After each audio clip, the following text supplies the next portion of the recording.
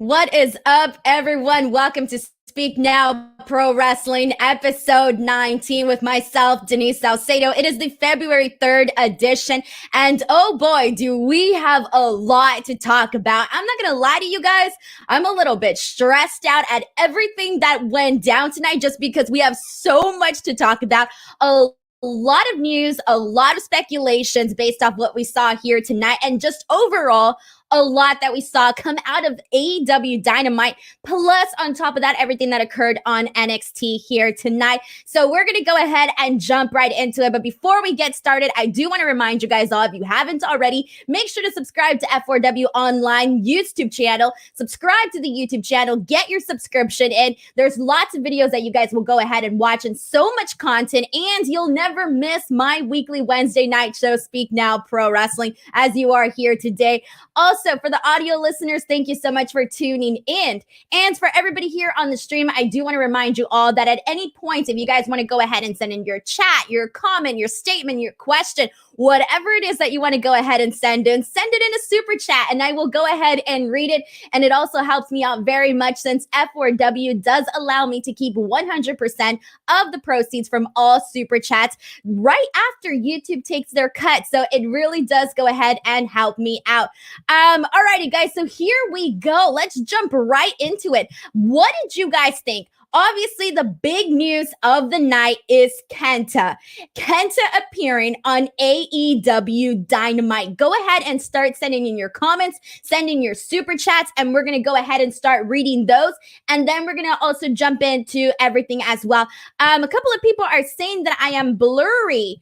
Let me see. Give me 1 second, guys. All right, here we go. I'm good. All right. I've been told that I'm good, so hopefully I'm not blurry on your guys' ends. All right, here we go. Shadow Crypt, thank you so much for kicking us off with the super chat, who says, the door is open. The forbidden door is open. It's so funny how that was not what I was expecting here tonight, and it is one of the things that everybody is talking about. Let's see.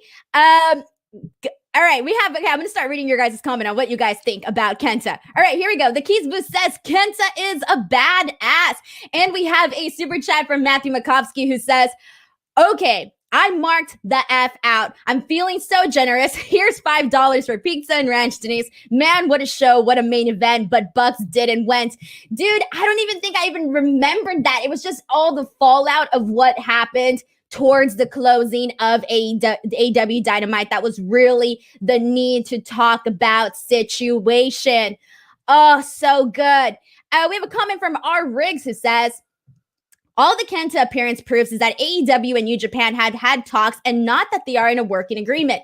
So let's jump into that because that's the big question here. The big question is, are AEW and New Japan working together? Does this mean that they're going to work together? Obviously, right now, my answer is I don't know. We don't know. At least I don't know. Okay? But to me, this is a good sign for anybody that wanted to see them eventually work together down the line. This is a good sign just because this is the first time that New Japan has really sort of extended that olive branch to AEW, has really actually acknowledged AEW in the sense that having Kenta appear means something. I don't know exactly, obviously, what that means or whether or not I can't even tell you if they've had conversations about working together. I don't know. All right. But he wouldn't appear for no reason at all. And I know that a lot of people on Twitter were writing to me speculating, saying that this was really just to promote the Kenta John Moxley storyline. But I think, yes, it does do that, obviously. It does promote that storyline and everything that they're doing and their upcoming match. It does do that. But there is a bigger picture to look at here. And the bigger picture of here is that we're finally getting we're finally seeing something happen between these two promotions. Again, this is nothing concrete just yet. I don't know if we'll hear anything, soon or in a while. I don't know.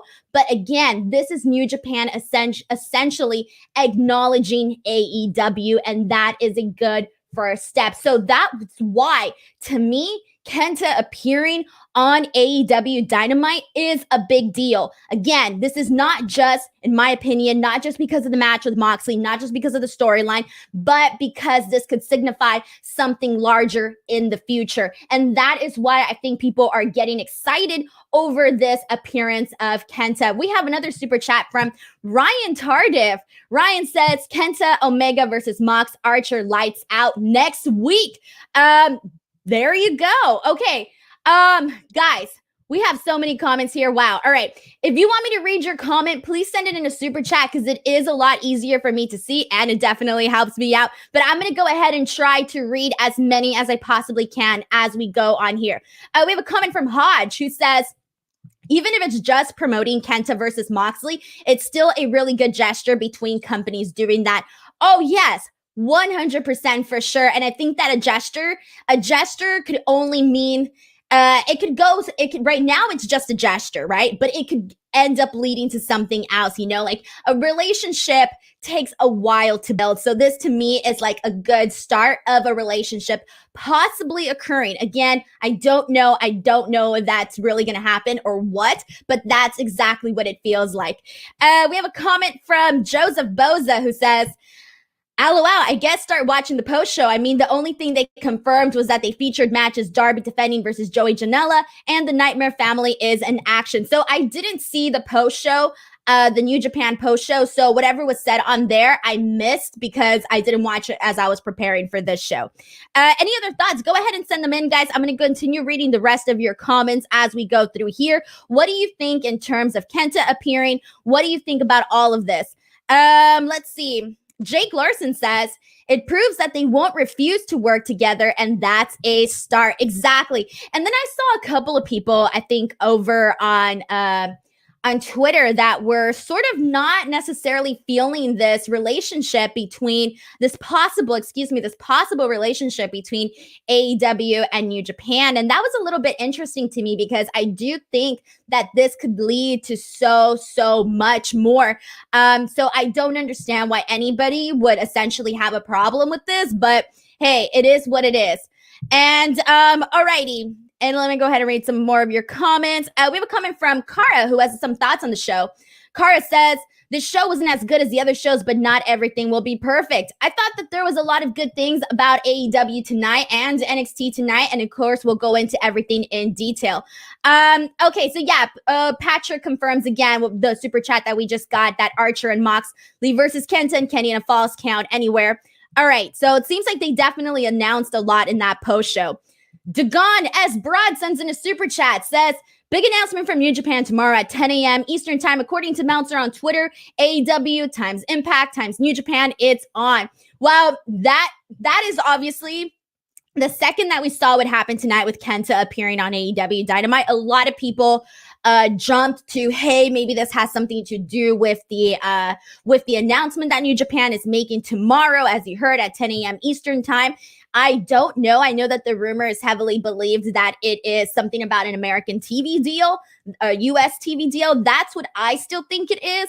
So I don't necessarily know how much what we saw tonight coincides with what we're going to hear about tomorrow, which obviously in just a couple of hours we'll know for sure. We have another super chat from MyPeace789 who says, the Japanese side of the women's tournament is also super exciting. Yeah, I'm very excited. I'm excited for this because I feel like a lot of the women that are coming from the Japanese side, I'm excited to be in sort of, get to know more of who they are, know more of their work. And it's going to be so fun because obviously that's one of the number one criticisms that AEW has had is the handling of the women's division. But this Eliminator tournament is a fantastic contribution to the women's division. And I'm going to have so many more thoughts and comments on the women's division. And I'll talk about that later on once we get to the actual Thunder Rosa Britt Baker match. But in the meantime, I am excited for what they are doing. It really feels right now, guys, it really feels like I feel after tonight's AEW Dynamite show, I feel excited in terms of the possibility. Like, I don't know if you guys watching me kind of get what I'm trying to say. Like, you feel like this electricity, like this buzzing, like, all right, like, there's something to talk about. We don't know what's happening. We don't know what the works are or anything like that. But just the possibility, I think, is very exciting. And I also know that a lot of people were saying, like, oh, New Japan doesn't need AEW. They don't need AEW. And I get that. I get that because in a sense, they don't need AEW, right? In a sense, but it doesn't hurt to have, if they are going to one day have a relationship with AEW, a working relationship similar to what AEW has with Impact, it wouldn't hurt to have, a couple of AEW guys sprinkled in, having matches with the New Japan guys. Obviously, once COVID and travel restrictions are done and out of the way, I don't think that it would hurt to have that on New Japan and sort of just keep New Japan, keep stuff fresh, keep the ball rolling, really. So I do think that even though I don't necessarily think that, New Japan needs AEW, I do think that they could benefit from having a relationship with them. And obviously, AEW would also benefit from that as well. And some other comments. Let's go ahead and start reading some. We have one from Cameron, all one word, who says, neither company needs the other, but both will help each other. I don't want another invasion angle. Just trade guys back and forth sometime. Interesting. Okay. Corey Thomas says, how do you try and convince your wrestlers to stay rather than leave for WWE? You come together as a super company with plenty to compete over. Yeah, and that's the thing too, is that I don't necessarily think that I think it's a big misconception that everybody would want to leave WWE. I think there's a lot of happy people in WWE. Obviously, there's people that don't want to be there and would like to be somewhere else and maybe are scoping out what options there are, but I don't think it's necessarily everybody. Let's see. We have a comment from Anthony, the Manthony, who says, if New Japan gets the US TV deal, it definitely helps to have AEW team with them. Yeah, and I feel that, obviously the US TV deal, to me, it's not necessarily to, hey, let's compete against Monday Night Raw, let's compete against SmackDown. It's more of the fact of just giving their American audiences more of an opportunity to see what they're doing, like whether or not those people don't have New Japan Worlds. It's really just another option, but that's just speculation really on my part here. Joseph Boza says, I agree with Denise. It's a positive. I was surprised that Kenta was revealed on this date. Thought he would have been back in January when John lost to Kenny Omega. And the timing of it all, I can't blame people for thinking that there's a possible tie-in to the big announcement tomorrow just because of the timing, really. Couple of hours before we see a New Japan star on AEW. Again, the timing is a little questionable for people. So, or maybe it's just good promotion too, in terms of like, hey, we have an announcement to make. You're definitely going to want to tune in. Look what happened last night. There you go. Okay, let's see anything else here. We have a comment from Shadow Crypt who says, AEW is currently the hot product in the US. New Japan getting a US TV deal and working with AEW helps New Japan's audience in the US grow. And I do remember a couple of years ago when New Japan started that US expansion, I went to those first shows that they had over in Long Beach. And I can tell you that it was hot, hot, hot. Fire, energy, people were, I remember that the tickets were so hard to get. And I think as they started coming more and more, the audiences did dwindle down a little bit. I don't know if they dwindled down or the venues just felt bigger because they did move to bigger venues. But either way, I just remember it being something that everybody was talking about. The second they started coming and doing shows here, more people were talking about New Japan more than they were, previous to their actual US shows. So honestly, we have Alex Aguilera who says Long Beach represent. Yeah, for all of those that were in the Long Beach shows. I went to the Long Beach shows, both at the, I forgot the name of the venue that they first did them at because it was kind of it was in downtown Long Beach by the convention center, but I don't remember if it was actually the convention center. And then they also did shows at the Long Beach Pyramid, and I went to those as well. And then I also went to the ones in San Francisco in the Cow Palace. So, I kind of went to all of the ones that they did here in California, both Northern and Southern California. We have another comment from Shadow Crypt who says, the more eyes you get on your people, the better. And the eyes are in AEW right now. Interesting. Let's see. We have a comment from the Keys Boo who says, New Japan Pro Wrestling lost their access spot when Impact bought the channel. I think Impact used working with them as a way to keep them on the channel. And New Japan said, nah, we're good. Goodbye. Yeah, I don't know, in terms of that, but it was sort of, I'm hoping that it'll work out for the better. That whole thing ended. Thank you so much to Patrick Nguyen, who confirms that it was the Long Beach Convention Center. Thank you so much to Patrick. Alrighty, guys, let's go ahead and jump into AEW. We're gonna break down everything as we go through. As a reminder, this is a very interactive stream. Send in your comments as we talk about everything, and I'll read them alongside what we're talking about. It just makes it so much easier to stay on track. So first of all, I'm going to start off by saying that I loved both shows tonight. I thought that both shows were straight fire. And although when we get to NXT, I'll talk a little bit more about that once we get to the NXT section, but I did think that there was a lot of good stuff from both shows. We have a super chat from Carlos Henrica who says, do you think that New Japan Pro Wrestling will be TNT's second wrestling show? No, I don't think so. I think that even though that would be pretty crazy, I just think it's too...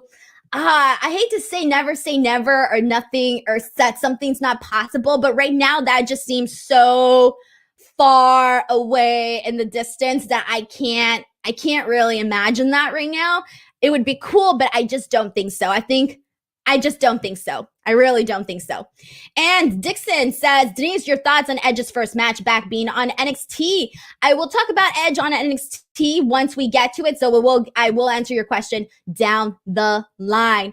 All right, here we go, guys. Let's talk about this. And kicking off the show. So I wanted to point out the fact that I loved today's show. Thought it was good. Obviously, the ending was fantastic, but I'm setting you guys up here, all right? I'm setting you guys up here. If you follow me on Twitter, I think you know where I'm getting at. Even though I liked a lot of what happened on AEW tonight, one of the things that I did not like was the tag team battle royal. I was not a fan of this whatsoever.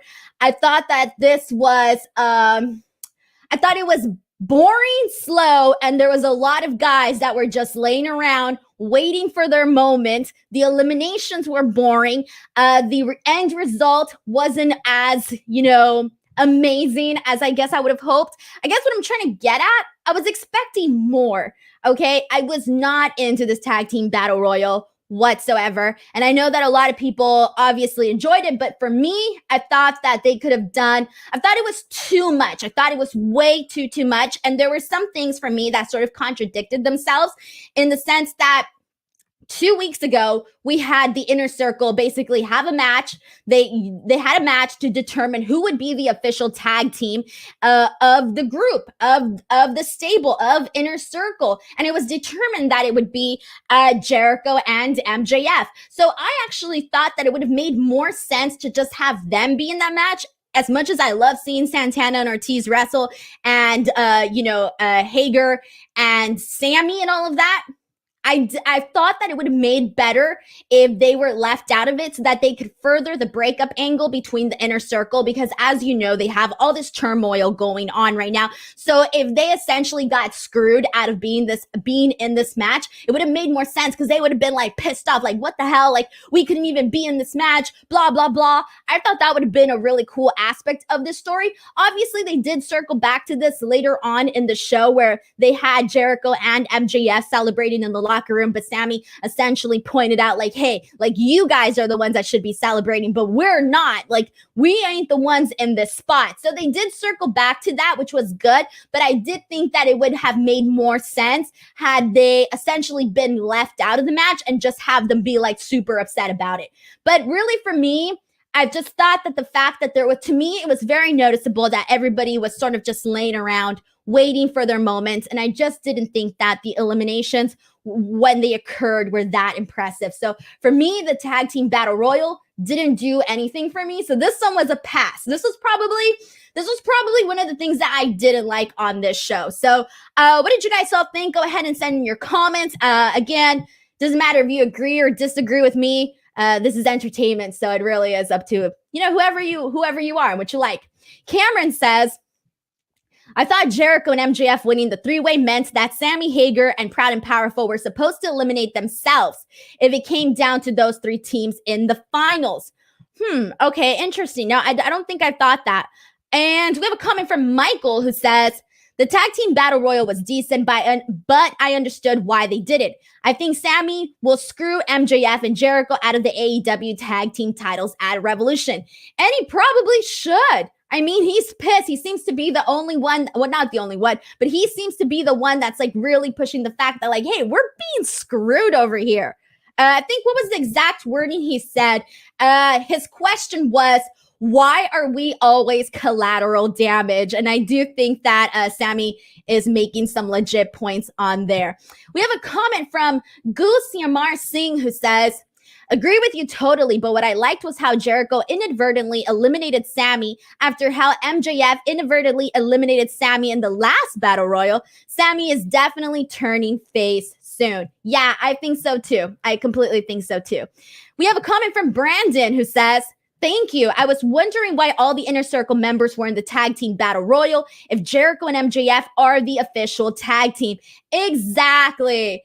The Mad Dog stuff says, you make good points, Denise, but I still really enjoyed the battle royal. Dude, good for you. I'm glad. Like, I'm telling you, a lot of people really did enjoy it. For me, it just didn't do it. And I'll be honest with you guys, like, I'm not like super crazy on battle royals.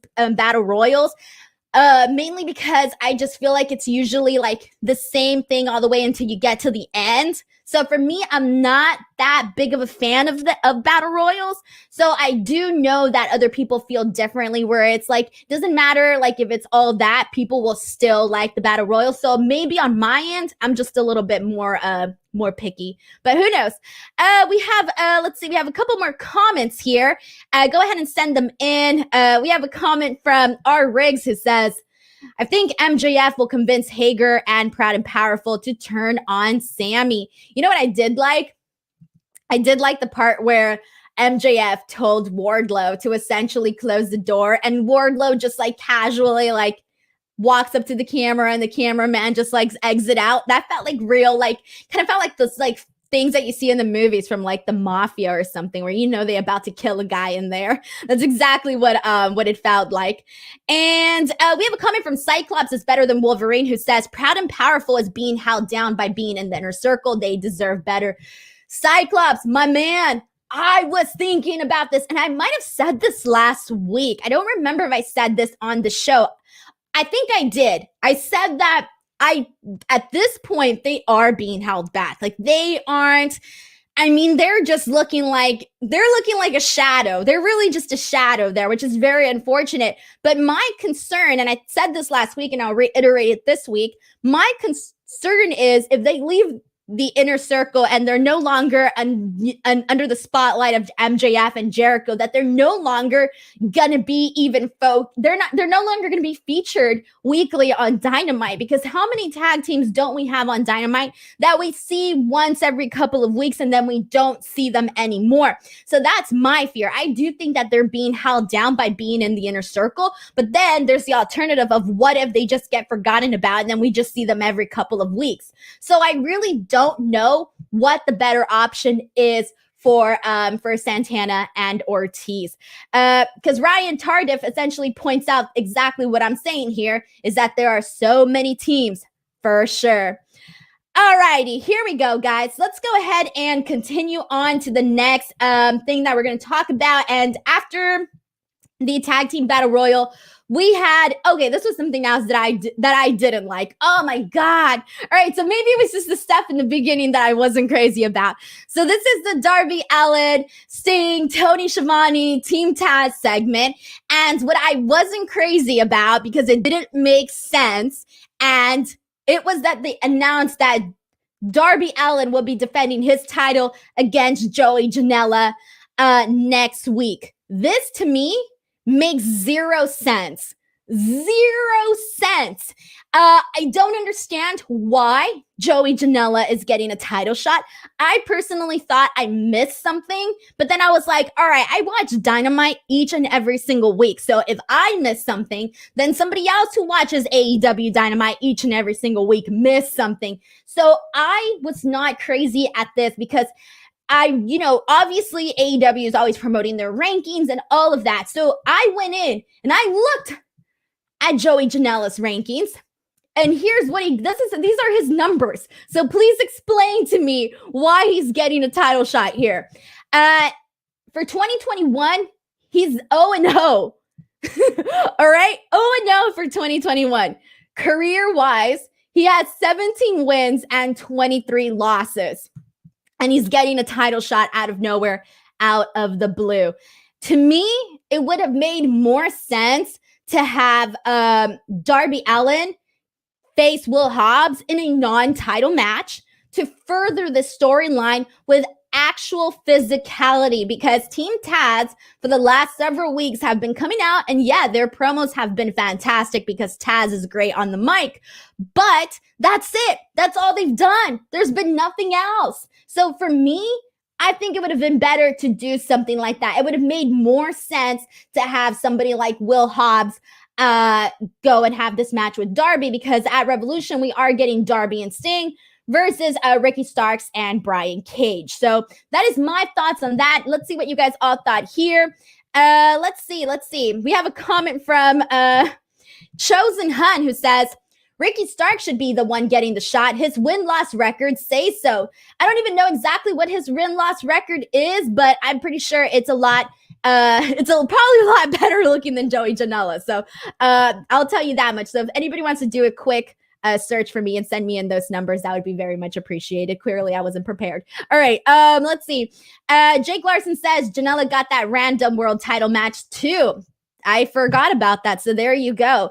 And the Keys Boo also points out that Joey Janela getting a title shot made no sense. Haj Gulashi points out that he knew Taz was going to interrupt again. Yeah, because it's pretty much the exact same thing that we've been seeing over and over for quite some bit. Although we do have a positive here. Gusimir Sling says that he is so happy that Allin is finally getting to defend his TNT championship. And that's perfectly fine, guys. But the fact is that it didn't make sense as to why it was Joey Janela. All right. So did anybody send in those numbers? No, I don't think so. All right, I haven't seen them yet. All right, cool. So let's go ahead and continue. Hold on a second. MCASP264 says you're reading too much into it, Denise. But this is what we do, guys. This is what we do. People get mad when it doesn't make sense, though. This is a title shot. It's a title shot. It should mean something, right?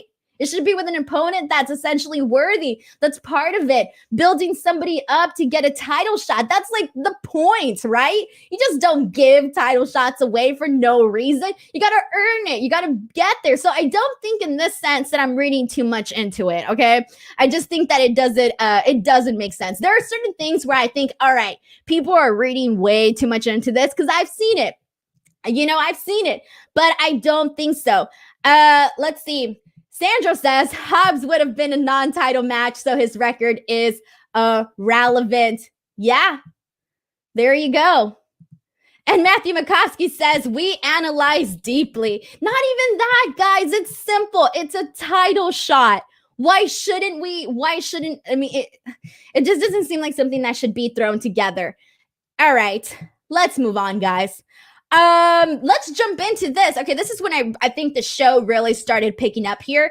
And this is the Thunder Rosa versus Britt Baker match. And first of all, I just want to start off by saying that in the nicest way possible, I do think that Thunder Rosa's NWA contract is really holding her back from fulfilling her full potential in AEW, because at the end of the day, AEW is the ones that are running shows, using her, and I just think that it's kind of holding her back. And I think that if she wasn't under this NWA contract, I really believe that Thunder Rosa alongside Britt Baker could be what AEW builds their AEW women's division around. Like, I can definitely see those two girls being like the main girls of the division, you know, so they could be your Bayley, your Sasha, your Becky of the AEW women's division. Thunder Rosa brings a lot of credibility that I think a lot of the girls don't have, because either A, they're still new, they're still getting, you know, they're still getting they're still getting to that point that they need to get to that Thunder Rosa level. So I do think that she brings a lot of value to the women's division. And this was one of the best builds to any AEW women's match that we've seen in a very long time. I mean, there might have been like one other one that I just can't think of right now. But to me, this was one of the first times that they've, in recent memory, that they have really actually built to a legit match where I was genuinely looking forward to watching Thunder Rosa versus Britt Baker. And that's what I wanted to say in terms of that. In terms of the match, I thought the match was good. It was one of the best, not only just one of the best builds, but one of the best matches that we have seen from the women on Dynamite. Possibly even some of the pay-per-views. I have to go back and rethink about that, but I kind of feel that way right now. I also think that there is a lot of benefits to having Thunder Rosa and Britt Baker as the focal points of the women's division, because you have a very, very strong heel in Britt Baker, and Thunder Rosa, she's such a good baby face. Like, it's so hard not to root for Thunder Rosa. So you have two really fine options there. In terms of the ending, I thought the ending was the finish, how they had it happen for Thunder Rosa, I thought was fine, because they're protecting Thunder Rosa. They're not necessarily having her get pinned cleanly, you know? And they can't also put her over because she's not an AEW talent. Britt Baker is. So you're obviously going to have your own talent go over and look stronger. But I did think that they protected Thunder Rosa in this match. But there you go. What did you guys think about Thunder Rosa, Britt Baker, this whole, all of this, guys? Also, I'm seeing a lot of people send in comments. If you want to make sure your comment gets read on the air, please go ahead and send in a super chat. They are very much appreciated.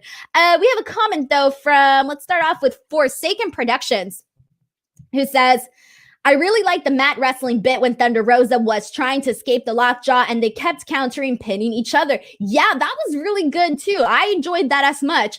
And Joseph says, when Rosa gets out of her contract with them, I see AEW picking her up like yesterday. It's good. I mean, for one, I'm just going to assume that the second her contract is up, they will take her in immediately. But I really do think that NWA is really holding her back in that sense. Like, I almost feel they should just be like, dude, we ain't doing much with you. You have so much opportunity. Like, let's let you fly, bird, fly. Go do your own thing. Here we go. Let's see. Any other comments here that we got? All right, we have one from Cheyenne who says, Thunder Rosa, Britt Baker, Shida, and Riho could be the AEW Big Four in the women's division. Yeah, I mean, Shida, they obviously have to do so much more to build her up. I mean, poor girl, she's the champion, and, you know, she necessarily hasn't had her proper...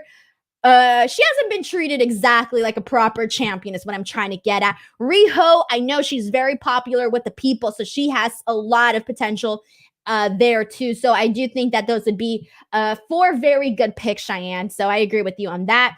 Carlos Mendes says that the women's tournament looks incredible. I think so too. I'm pretty excited about it as well. And we have a comment from Zane, who says this match ruled, lots of fire from both and a good heel win. Exactly. I completely feel this way about that. We have another super chat. Thank you so much to Brandon, who says, excellent build minus the waiting room segment. Britt definitely needed to go over. She should be the one to take the title from Shida. She's got a lot of personality, and I think that she would definitely, I mean, if they're not going to do much of anything with Shida, I really do think they should just give the bout with Britt, start fresh, and just sort of, you know, rebuild that, make the bout mean something. Because right now, I don't necessarily think that it has all the worth and all the value that it should have, because you obviously need to put more effort into the women's champion. So there you go. Alrighty, guys. So there you go. That is our comments on the Thunder Rosa Britt Baker match. Let's jump into, I guess, really quickly. We have Hangman Page, Matt Hardy, Serpentico, and Luther.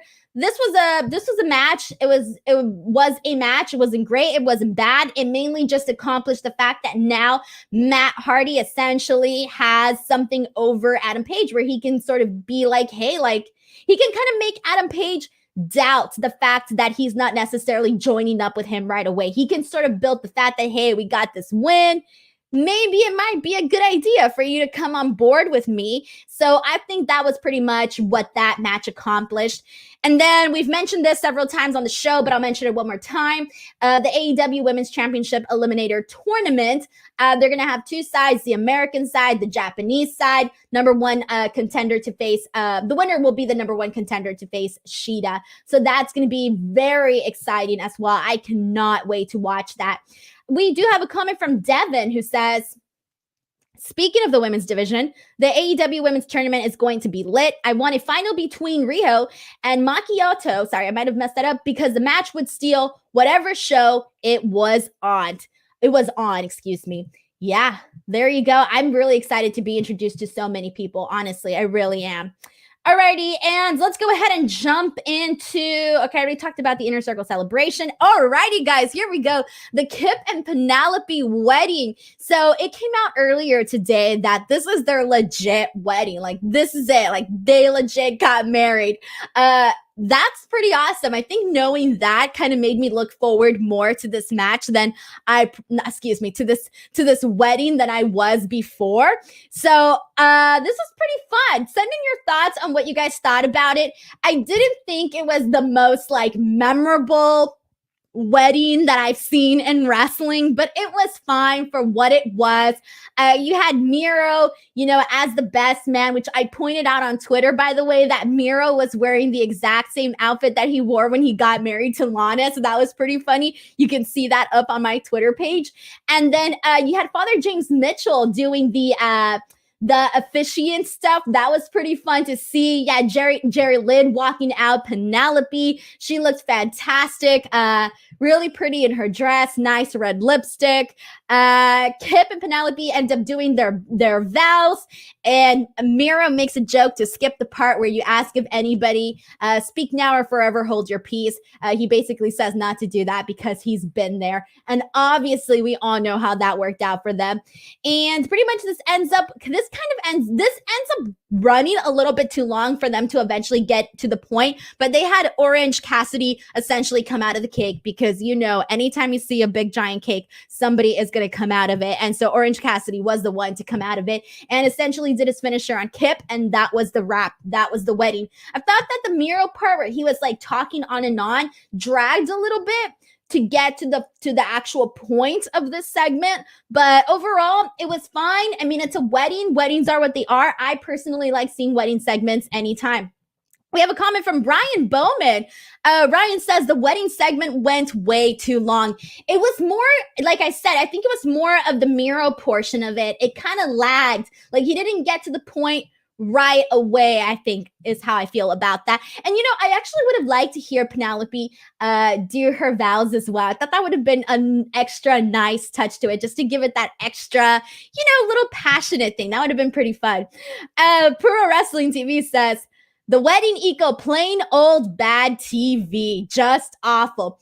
And I don't think any of us were really expecting this like major, magnificent wedding. I think we all knew what it was essentially going to be.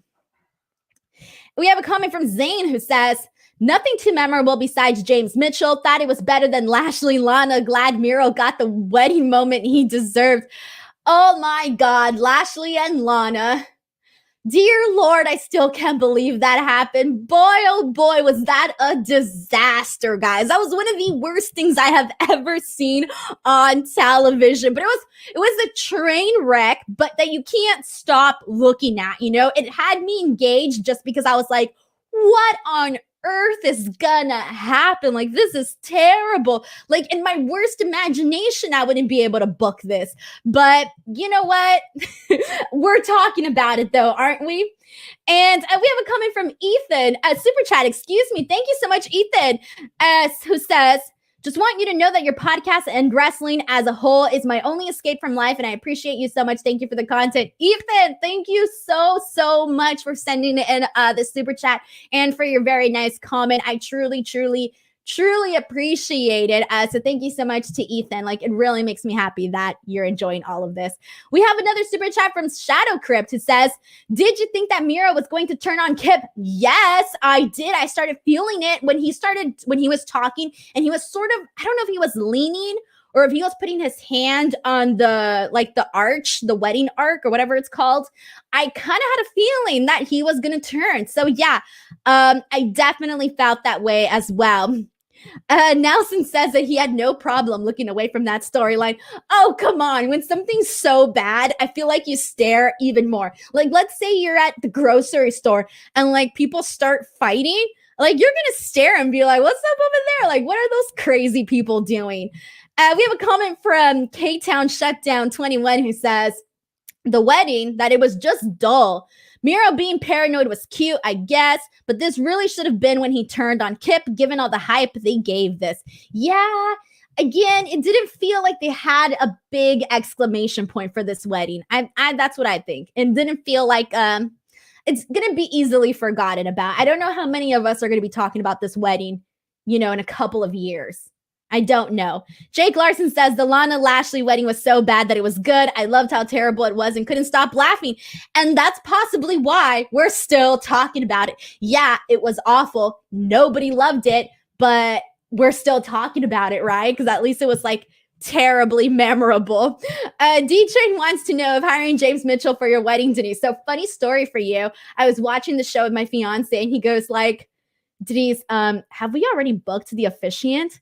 And I was like, yeah, we booked an officiant already. And he was like, damn it, why did we have to book an officiant already? And I was like, bro, we already booked an officiant. It's too late, all right? It's too late. The Payton Show says, was it maybe better than the Triple H and Stephanie's wedding? I don't know. Although I will tell you this, the one from Las Vegas where Triple H essentially like kidnaps Stephanie and like secretly marries her. I'll just be honest with you guys. That was one of my favorite wrestling moments ever. This may be crazy, but I thought it was insanely romantic. All right. Sue me. Maybe I'm crazy, but like watching this as like a young girl. Oh, I loved it. Oh, I loved it so much. So there you go. I have issues that I thought that was romantic. God. All right, here we go. And then Raymond Fran says, when I saw James Mitchell, I thought someone was getting shot again. It definitely would have made for interesting. Forsaken Projection says, kidnap equal love. No, definitely not. I think it was more of the fact that I just love the Triple H Stephanie relationship. All right, that was terrible. I don't want to give anybody any bad ideas or anything like that, but here we go. Anthony says, I'd rather remember great wrestling matches from AEW than hokey wedding gimmicks. I was fine with how the wedding turned out. MCAS says, poor Tess, you ain't right, Denise. That was so funny. Oh my gosh. Like that whole thing. And then Stephanie like yelling. Oh, it was one of my favorite things, guys. Alrighty. Oh no, this is bad. All right. I don't know what. I regret what I said. Let's move on. All right, where are we at now? Okay, so after the Kip Penelope wedding, we moved into they showed the Shaq accepting the challenge on Inside the NBA. This was not good, guys. I haven't been a fan of the Shaq thing whatsoever. Okay, so all right, I take back what I said, guys. Pro Wrestling says getting drugged and driven through a drive-through wedding place with Vegas was romantic. I take back what I said, all right? What I meant was I liked the Triple H Stephanie thing in terms of like, I don't even know, guys. I was younger back then. I don't know what to tell you, but I don't agree with all the getting drugged and true. All right, this went off the rails. I'm going to have to come back a different way. Oh, man, people are going to hate me in the comment section for this later on. All right, let's move on. And all right, so where were we at? All right, the Shaq thing, Not a fan of it, guys. Not a fan of it whatsoever. I don't think it was good. They moved this to March 3rd for AEW Dynamite. By the way, we're going to get Shaq and Jade versus Cody and Red Velvet. So I'm personally, guys, I'm just not feeling this. I could care less. So I'm going to move on. Eddie Kingston versus Lance Archer. I thought this was a fun match. Lance Archer looked great, and I like the fact that this match got started really quickly, and they had a lot go down, especially with all the guys on the outside of the ring. But overall, Archer looked really great in this. And yeah, Alex Aguilera pretty much says the Shaq Jade storyline makes no sense, and we've talked about it like pretty much every single week that it really doesn't make sense, and we've talked about it so much. Okay, and now we are moving on to, they kidnapped Marco, by the way, FTR. FTR kidnapped Marco stunt. That's not good. The main event of the night was Kenny and the Good Brothers versus Moxley, Pac, and Fenix.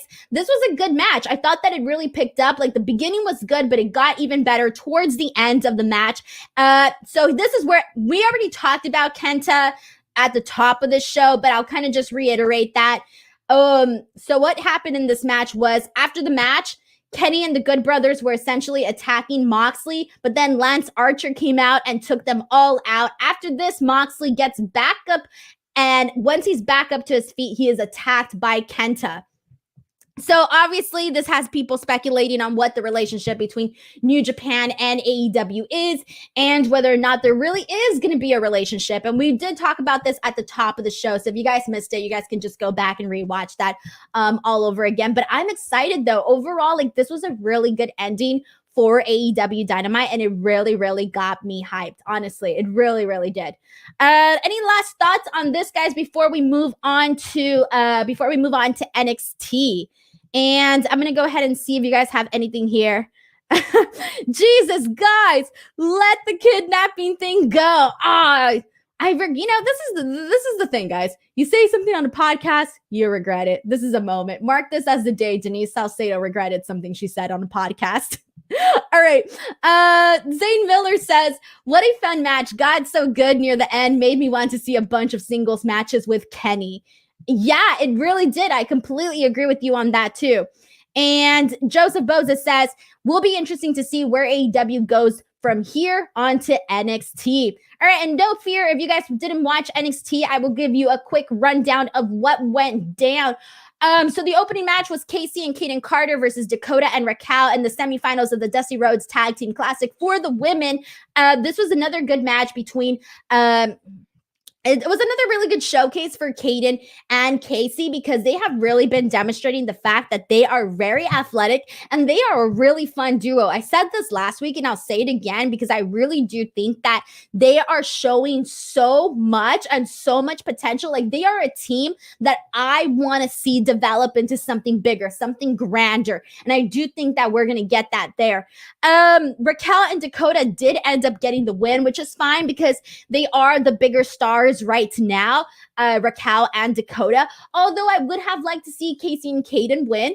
I do think that they got a lot of opportunity to really showcase themselves. Like, they were one of the breakout, I think, duos of this tournament, for me, at least in my opinion. And anything else here on this? Anybody have any comments on this match? All right, I'm going to go ahead and move on then. So we had Leon Ruff versus Austin Theory. This wasn't that great of a match, guys. I wasn't really feeling this. I thought that I kind of feel bad that they almost seem to have sort of given up on Leon Ruff, and they're really pushing this Austin Theory thing, which I'm technically like not really feeling it right now. So this match to me was kind of just there. Like, I was not crazy about it. We do have a comment from Pro Wrestling TV. Oh, I'll get to that one right now. But Pro Wrestling TV says, Raquel Gonzalez could be a star. Dude, the work that she did with Rhea Ripley was absolutely phenomenal. Phenomenal. Fanside says Raquel has a great future. I completely agree with you on that. Greg Cherrybrand says Dakota Kai and Raquel Gonzalez have to win the whole tournament, right? Question mark. I think Shotzi and Ember win just because the tag champs are heels. Also, Adam Blampede is on my wrestling trivia show tomorrow. Congratulations on getting Adam on there. Seriously though. We have a comment from Ryan Tardif who says, Casey is super athletic. It should be someone, but they kind of slow roll a lot of them in NXT for whatever reason. I think Casey just needs to continue working with more women, just keep getting better and better. And I think the more she does that, the better we'll see things going for her. I really do think so. D-Train points out that it's looking rough for poor Leon. Yeah, they didn't even give him an entrance today, guys, which kind of sucked for him. I mean, the guy was NXT North American champion. He beat Johnny Gargano, and the guy is athletic, all right? He's seeing him wrestle with teaming with Kushida was awesome. And even his matches, like, he's really fast-paced, and he can do a lot of the really, cool moves and all of that. So I do think that they have a lot of potential, for him. We have a super chat from Jamie Miles who says, should the winners of the women's tag tournament win the bouts off of Nia and Shayna? And I want MSK to win the men's. Agree or disagree? I agree. I think that the women who win the tag team tournament should get a shot at the belts. And I think they should definitely take them off of Nia and Shayna, because I'm not necessarily feeling this Nia Shayna thing. I haven't been feeling it for a while. And I think I kind of feel like it's been there and done that. Let's move on. And I just see it being more of an upside on a team on NXT. In terms of MSK winning the men's, it would be an awesome quick launch of their career on NXT. So I wouldn't necessarily be opposed of that. And I think that they are pushing MSK and, really trying to do a lot for them, giving them, good opportunities there. Thank you so much to Jamie again for that super chat. And we have a comment from the Keys Boo who says, rough experiencing that WWE style of a push to the moon, booking, and then yank it back. Yeah, that really sucks. It's like you go from like high, you're like up here, and then you have to go the heck down here. It really does suck. And Cheyenne also thinks that Casey will be a great champion in the future against a big heel. Yeah, she will. And she'll bump like hell for that person and do all these crazy stuff. It's going to be very easy to like him. To like her. And this next match, guys, was one of my favorite matches of the night. And I need this. I need this in a takeover match. And it was Legado del Fantasma versus the Lucha House Party, again in the Dusty Tag Team Tournament. This was such a fun match. It was what I expected. I wanted it to be longer. Obviously, it couldn't. It was a TV match, whatever. So that is why I want to see them in a takeover match. All I have to say is I loved it, and now we're going to see Legado del Fantasma face MSK in the semifinal match, excuse me. And let's see. Let's move on to... All right, so after this, guys, this is another big moment on NXT, and I'm very curious to see how you guys all felt about this, because one of the heavily things that was promoted prior to NXT was the fact that Edge was going to be on, and boy, was he on. We had Pete Dunne come out. He's cutting a promo. Then Finn comes out. Dunn essentially tells him to hold on to that belt because the first chance that he gets, he's taking it. And right away, Finn Balor was like, all right, let's do this. Takeover Vengeance Day, February 14, you and I for the title. And bam, that was booked. Then Edge comes out and says that he would watch NXT as a fan and that this essentially helped him find his passion to get his career back after 9 years. So essentially after this, Edge sort of planted the seed that he might want to challenge the winner of either Finn Balor or Pete Dunne. So this was really good, and it made the NXT Championship just feel like that much more bigger. Now it's in the same field as the Universal title and the WWE title. At least that's how it felt with Edge's presence and Edge acknowledging the fact that he might want to go after this bout. And then later on, we did have that backstage, not the backstage, but the parking lot segment with Edge and Karrion Kross. And basically Kross told him like, hey, like it ain't going to be Pete Dunne or Finn Balor. Like this is a big decision that you're going to make. And it's probably going to be me. So that was another cool facet of this. So I really liked what they did with Edge, with Finn, with Dunne, with all of this. I thought this was a really nice way to sort of pack it all up.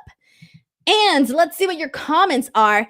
Fanside says, the Edge Karrion Kross segment, holy crap, loved it. I did too. It felt like a big deal. And I've said this on, I think it was like last week. I said the fact that I really love the NXT main event picture because I really do think that they're doing a great job. And this just kind of took it up a notch. It really, really did. Alrighty, and we have a comment from Dagon who says, having Edge on NXT was definitely WWE trying to avoid getting killed in the ratings by Beach Break, but I'm looking forward to Dunn versus Balor. Honestly, like, guys, like, this is the thing, though. They gotta do it. You're not just gonna let the competition, like, wipe you out clean. No, you gotta pull all the stops. Like, you gotta do it. It's like, for example, like, when I'm promoting this podcast, I think several weeks ago, what did I do? I think I did like a giveaway or something like that. All right, that's me like finding ways to promote this podcast and try to get more viewers. You know, I have competition. You know, I want to smash the competition, want to knock those people out of the water. You know, you got to do things to get people to come to your side or whatever. So I really just think that they have to do it, guys. Like, it, to me, it's not something like, oh, they're desperate or whatever. You got to do it. And same thing with AEW. Whenever WWE has something great announced, why not? They should come up with something of their own that's great to counter, to counter that. So I didn't think that it was an issue having Edge on the show. I thought it was a good way to really make the NXT championship get, feel like it's on the same ranks as the WWE championship and the Universal championship. All righty. So now let's go ahead and jump into alrighty, after this, all right, Santos Escobar versus Kurt Stallion for the Cruiserweight Championship. So I'll just be real with you guys. I didn't like this match. I didn't think it was good. I thought it was really boring. And I'm not that big of a fan of Kurt Stallion in the nicest way possible. I'm just not feeling it right now. I don't think he's necessarily done anything to get my interest. Like, as a fan, as a viewer, I haven't necessarily been grabbed or, not like, I just haven't felt it, guys. It did nothing for me. This really, this did nothing for me. I think everything that I was interested of was everything that happened afterwards when Cross essentially confronted Santos Escobar. That was cool. I liked how Scarlett Bordeaux was essentially watching from that platform. I thought that was pretty cool too. But I wasn't feeling this, guys, in terms of the actual match. So what did you guys think here? Let's see. Thank you to D-Chain, who says, Denise equals ratings. The Keys Boost says, Denise can replace Semper Vivi on Wrestling Observer Live as far as I'm concerned. Dude, Semper Vivi's awesome, though. He's awesome, guys. Looks such a cool person. All right, so there you go. That's my honest thoughts and opinions on the Santos Escobar Kurt Stallion situation. And, I already talked about the Edge Karrion Kross thing. For Vengeance Day, it's looking like a pretty good card, guys. Some of the matches announced also on top of that Finn Pete Dunne match. We also have Mercedes Martinez versus Io Shirai versus Toni Storm for the NXT Women's Championship. That's going to be pretty awesome. And we have Gargano versus Kushida, which is going to be bad ass. I'll tell you that right now. I think everybody is going to love that match. So I think that's going to be good too. And then just to reiterate, the quarterfinals in the Dusty Tag Team Tournament will be Undisputed Era. Excuse me. All right, so let's talk about the main event for NXT. So the quarterfinals, Dusty Rhodes Tag Team Tournament. We had Undisputed Era, Strong and Cole versus Tommaso Ciampa and Timothy Thatcher. So we had that match there.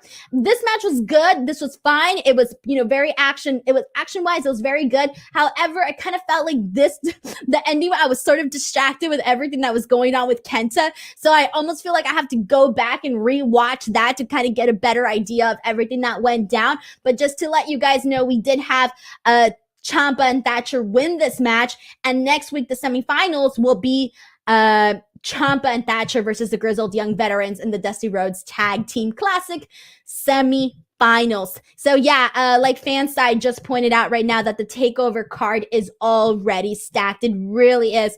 Elliot Fletcher says both Dusty Classic finals are also on the TakeOver card. Yeah, there you go. That too. I mean, dude, it is so much. Haj Galashi says Semp is the babyface of Observer Radio. All right, guys, there you go. That was our show for today. I really hope that you guys had a good time watching the show. Please come back next week, episode 20 of Speak Now Pro Wrestling with myself, Denise Salcedo. We'll have plenty to talk about then. We'll obviously know more about this Kenta AEW New Japan thing, or at least I'm hoping we'll know more. So we'll be able to talk about that as we get there. And that's pretty much it for today. But I just want to remind you guys all, if you haven't already, please do not forget to subscribe to my YouTube channel, youtube.com/Denise Salcedo. I am almost at 35,000 subscribers and I cannot wait to get there. So please head on over there, youtube.com/Denise Salcedo. The link is in the description box of this video. Please go ahead and subscribe. It would really mean a lot to me. Plus, I also have a recent interview that I just uploaded with Matt Cardona, where we talk about his new network, the Major Pod Network podcast. Basically, he's going to be posting, I think he said like 6 different podcasts. So it's going to be really awesome. He goes in depth about that. He talks about his future with Impact Wrestling. He talks about AEW. He talks about his toy collection. I mean, he talks about so much. It's a nice half-hour conversation. So please go ahead and check it out. Plus, on top of that, on my YouTube channel, you can find my live reaction of when Bianca Belair won the Women's Royal Rumble. And that is a very fun video that I think you guys will like. It will probably show you a different side of me that I think you guys will enjoy. Plus, if you guys still want to hear another Royal Rumble review, you can also check that out. Plus, there is so much more, and I also have more content coming up in the next couple of days. So lots of good stuff. Please do not forget to give this video a like. Comment after you are done watching the live stream. Please comment in the comment section below to help this video rank higher. For the audio listeners and everybody watching, thank you guys so much, and I hope you guys have an awesome night. Bye, everyone. Take care.